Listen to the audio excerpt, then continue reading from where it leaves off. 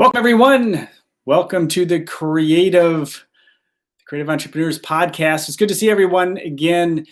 You know, it's been a year since I have gone live, and I would actually be at my studio, except for some unfortunate events. So I'm at home at the moment. So that's why we're doing it. So I don't have all the great audio gear that I have at the studio, but I didn't want to let this one go. I've been wanting to support the creative community over at roshsillers.com quite a bit. And I've said so in my podcast, and I haven't had a new podcast in a while. And I've been providing videos. I've been providing information over at Rosh Sillers every few weeks, maybe once a month, but I wanted to step that up. And I figured one of the best things to do is go back to what I was doing before, which was having a show once a week. It'll be 11 o'clock Eastern time, and that's what I'm doing right now. And today's topic, I want to get right into it, is the idea of having a lot of creative problems, a lot of creative ideas, which causes problems. And so I want to get into that. And I want to say hello to everyone who is watching, and those of you who are here, please say hello. I will answer questions later. I know some folks like to come in and talk about YouTube specifically, because we're on the platform, which is totally natural. But when I'm talking to the creative community as a whole, especially through the podcast, I like to keep it as clean as possible.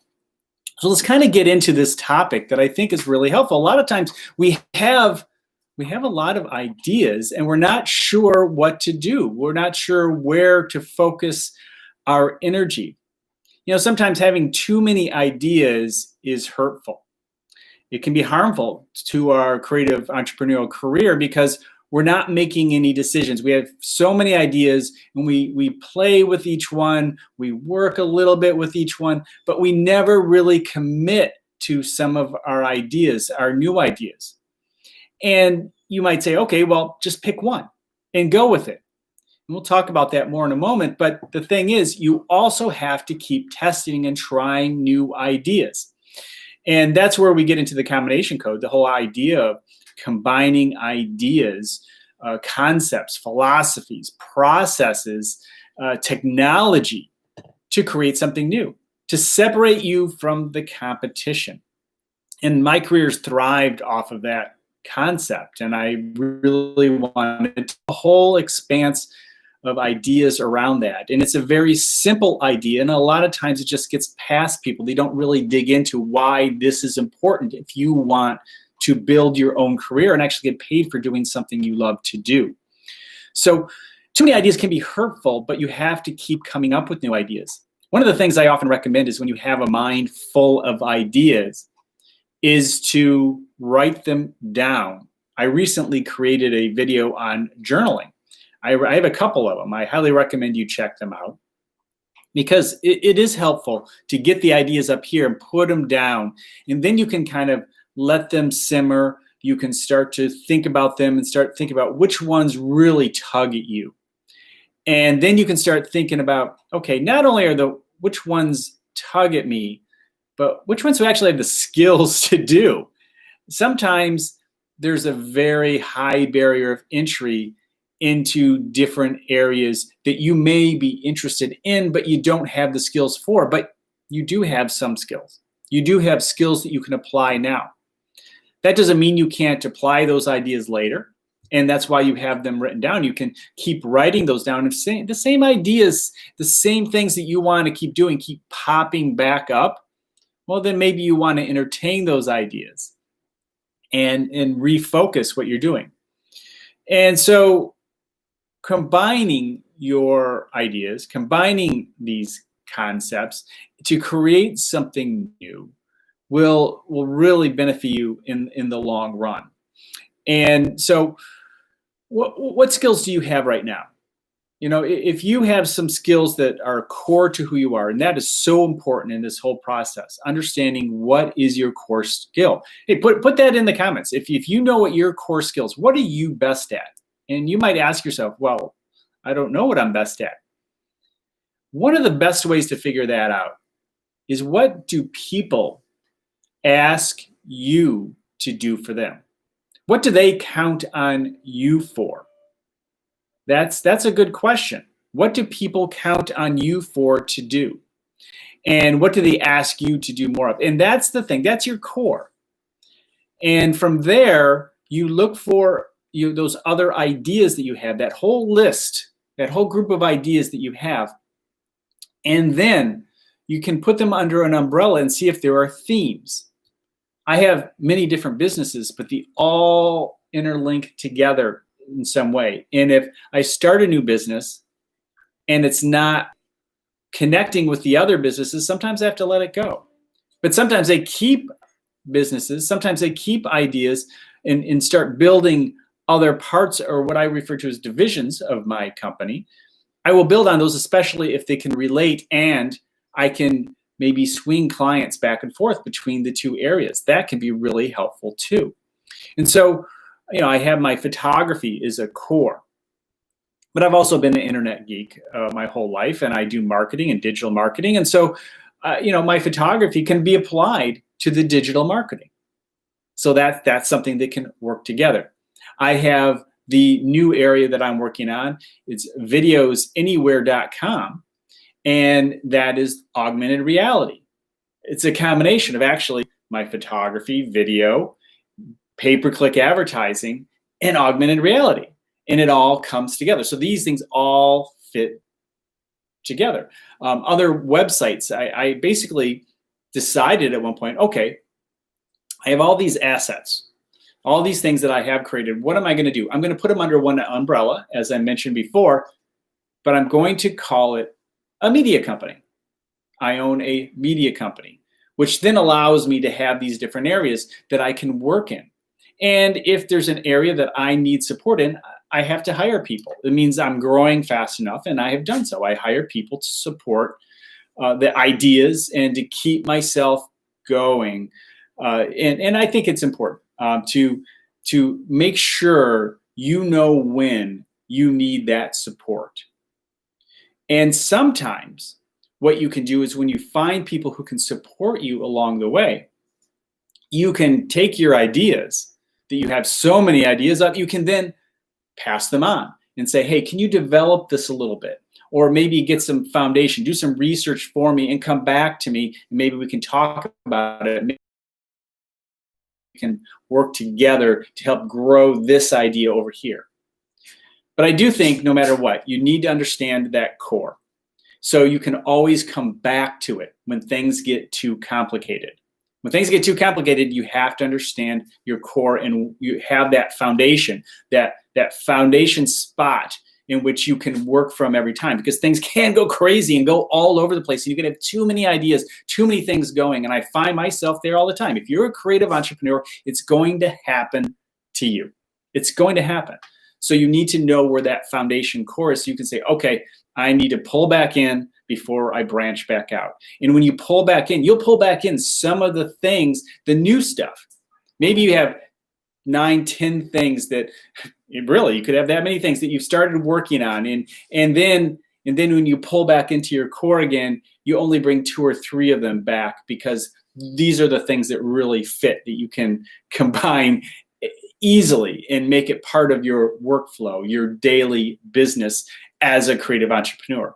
I hope that helps. I hope that understanding is something that I think most creative entrepreneurs have to deal with. And I hope this idea of simply understanding your core, write your ideas down, look for support to help you with these ideas. And sometimes it's just, it's family and friends. You can't always hire people. Maybe you can't hire people. You don't have the means at this point in time to hire people, but you can find partners. You can find family and friends. Maybe you can find some people that have similar ideas, who are maybe even in the same business. Maybe they're a writer, maybe they're a designer, maybe they're a photographer too. And you can work together on a new concept and build that up and share in that opportunity. Because quite honestly, as we've talked about many times before, we have a combination code. It's 7531, and the 5 are people, the people that support you and you support them. It's really important to have those people around you. And again, not all of them can be paid. Well, no, in the 7531, it is not, those people are not paid. Those are people that you're supporting like in a networking supportive atmosphere. But sometimes you can enlist those people to be part of that development, or at least to help clarify some of the ideas that you have. Maybe you have ideas that you're trying to clarify. You're trying to understand, is this something I should really pursue? And sometimes these people, these 5 people that you are networking and supporting have been there before. They have tried these things and maybe have a little bit of experience that you can apply to what it is that you're doing. Being a creative entrepreneur is not easy, but there are so many opportunities, more opportunities than ever before. A lot of my community are photographers, and a lot of people who follow what I do are photographers. And many of them are struggling, but here's the thing: many of them are finding new ideas that, quite honestly, they they never knew they had. They're finding opportunities they never knew were in existence before, because it's not just simply photography. There's other technology now that you can apply photography to, and then you can specialize in, kind of like I mentioned the videos anywhere. That is an area of video that I'm working with, but it's putting video anywhere, literally on a business card, on a direct mail piece. There's all these things you can put video on. Well, that's still moving forward. It's still allowing me to do some of the things that I love to do, photography, video, but in a high technology way. And that truly is an amazing thing. And I have a dog right here trying to eat and crunch. How funny is that?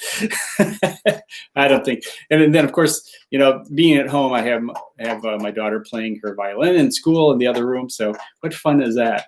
But anyway.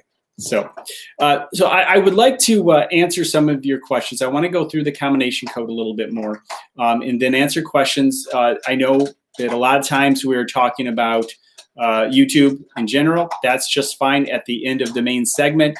Those of you who are listening for the first time or haven't heard the podcast in a while, because I haven't had one up in a while, welcome. And you can join live 11 o'clock Eastern time. I'm going to do this for sure through the end of the year and then make judgments as to how I'm going to go into 2021. But I think this is a good way. I did this for a year and it worked really well before, but then I pivoted again, always pivoting. And I think that is just the key thing here. You always have these ideas. You should test them, try them, and then pivot along the way. Hey, thank you for all the thumbs up. I do appreciate it. It's encouraging. So going through the combination code again, because for creative entrepreneurs going into 2021, getting through 2020, all the stuff that's going on in the world, so much has changed. If you think about these last 6 months, how many businesses have used the combination code? How many businesses have observed what is happening and took their technology and pivoted and tried new things to combine with their business, and in many cases became a better business out of it? And those who did not become a better business. There's one thing that hurts businesses, and especially creative entrepreneurs. The worst thing that can happen to you is for you to find your good. The worst thing you can do is find your good, meaning you got into your business, you got to a good point, and everything is working really well. And that can be to your detriment, because you're always going to be striving to keep that. And while you're striving to keep what's working and you see other competition, you start to see other people rising into the ranks in your creative world. You start to see new technology that maybe threatens the way you are doing things. And you try to hold on to what it is what you have created, rather than embracing all the new technology, new ideas, new processes. If you embrace that and try them, and as we mentioned, combine and test and try new things, you are now moving forward with your business versus spending your whole life. And we've seen it before many times. We've seen many people, many businesses who are just holding on, doing everything they can to fend off the new technology, the new competition, the new people, rather embracing what the trend and new move. Look, the only thing that is constant is change. And if you're continuously fighting against change, you're going to have a problem. If you're continuously fighting against change, you're going to lose in the end, because change is going to happen with or without you. And that is true within your creative business. So continue to observe and be someone who is in the forefront. Again, the videos anywhere is something I'm talking about, because that is the idea. Video is not a traditional videos anywhere. Putting a video on a postcard, you think that's impossible, but it is possible with AR.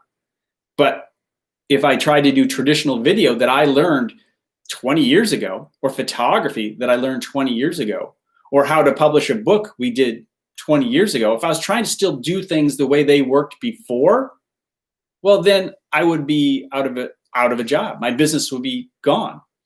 All right, so we're getting near to the later in the part, and we have a question, so I'm going to take that on. So let's do that right now.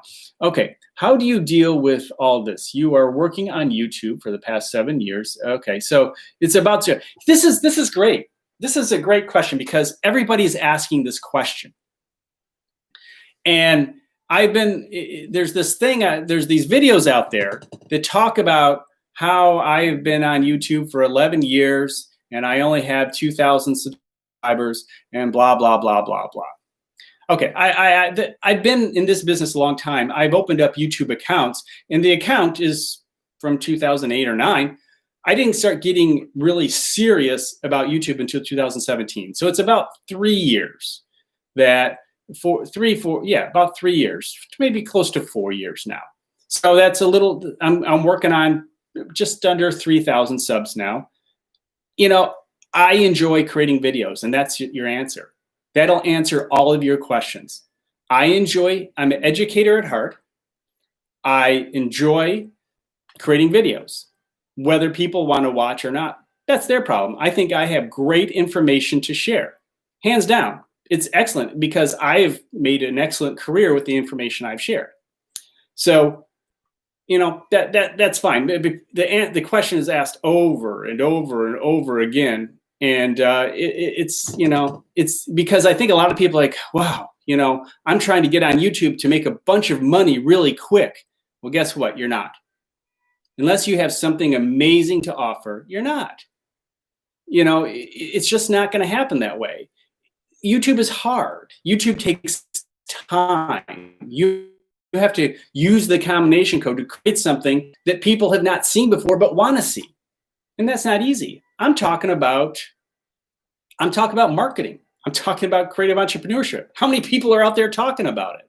You know, so with all the people talking about it, I have 3,000 people have subscribed and said yes. Think about a room with 3,000 people who said yes to you. That's pretty cool. So 2,700 people over 3.5 years, who 2,700, something like that, who said yes to me. I'm pretty okay with it. I am. And I appreciate all of you. But hey, all of you who are watching this right now, who do come, because there's something that does not work. A lot of times folks go to YouTube channel and just leave a quick comment and leave. That doesn't help you, and it doesn't hurt the person you're watching the video for. It really doesn't.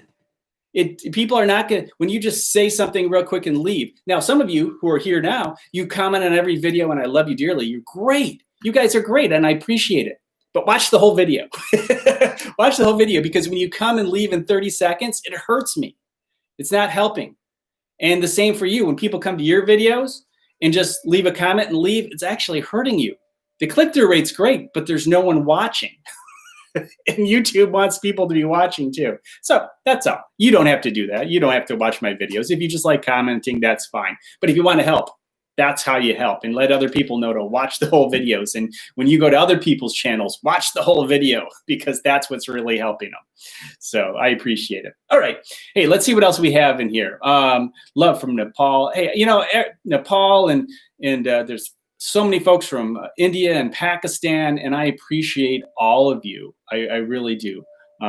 And I know sometimes there's a language barrier. I do get that. And so, you know, watching a guy who you don't really understand the language that thoroughly, you know, it is what it is. I understand. I may not watch videos from folks who I only understand part of the language. So I get it. I get it. So if you have specific questions, my pleasure for answering the question. It's a question I get a lot of because there are like 3 videos out there right now that talk about, oh, this guy, he's, only got so many. Well, the channel, I get about 150, 200 new subs a month. That's 200 people. Again, imagine a room of 200 people, you standing there, and they all go, yes. They hit subscribe. They said yes to your channel. They said yes to you. So 150, 200 people saying yes to me every month, I'm okay with that. And again, you can do it. You just have to find the combination. Maybe I haven't found my best combination yet. Maybe I haven't done that. It's taken 3.5 years. Some people, it's taken 5 years. Did you know do you know how long the average YouTuber takes to get to 1,000 subscribers? Some of you don't know this. I have a podcast on YouTube, and I interview YouTubers. It's called Tube Labs. You can get up to thetubeblog.com, and I interview the experts on how to grow a YouTube channel, which is fun, which is helpful. And so one of the folks, so the people at TubeBuddy, if you're familiar with TubeBuddy, Andrew was on the show, and he's like, it takes the average person 5 years. 5 years to get 1,000 subscribers. So that's pretty cool. Room tour. You mean going through everyone? I would love to say hello. I mean, Nepalese guy, I can say hello to you, but a lot of these folks, I can't pronounce your names. And I'm so sorry. I'm so sorry. But I'd love to be able to give a shout out to everyone. But anyway, so specifically, if you have a specific question, please put it in the comments as we start to wrap up. This is going to be, the first part is the Creative Entrepreneur Show at roshsillers.com. And if you're interested in the Tube Labs podcast, you can catch that at thetubeblog.com. And of course, right here on this channel, I will continue. I will have a couple more videos coming up this week, and hopefully you will find them valuable. And I'm always looking for your ideas. If you have ideas in terms of the types of videos you want me to create, I'm always happy to share them. But you have to remember the theme of the channel. The theme of the channel is creative entrepreneurship. And so there's a lot of topics under that umbrella, but that's the theme of the channel. All right. Thank you all. I appreciate you all being here. I will be here again, 11 o'clock Eastern Standard Time. How to start business with lack of money. I'm going to answer that question. How to start a business with ideas within us, but lack of money. There are 2 things you have. And I have some videos on this, so look through my videos, but I will, of course, answer this. You have 2 things. You have either time or you have money. And if you don't have money, what do you have to use? Your time. Now, your time is highly valuable. So when you have ideas, but you don't always have the resources, you need to find partners. And I've grown many businesses with partners, because a lot of times when you find partners, one, they may have resources that you don't, or maybe the 2 of you working together can do a better job at finding those resources. And sometimes that partner, and this is what's happened with me, I partnered, and this is actually my core company, I partner with other companies who already have the clients. They already have clients. So when I do pay-per-click and SEO and advertising such as that, digital marketing, most of my clients, although I do have direct clients, some excellent direct clients, by the way. I mean, really, I do. But I partner with agencies. And these agencies, marketing firms, web designers, they need somebody to do the search engine optimization and pay-per-click. So develop something that you feel you have, a skill that is valuable to somebody else, and then offer to them, and hopefully you can work together and go after their target clients. That can be very, very powerful, finding the right partners.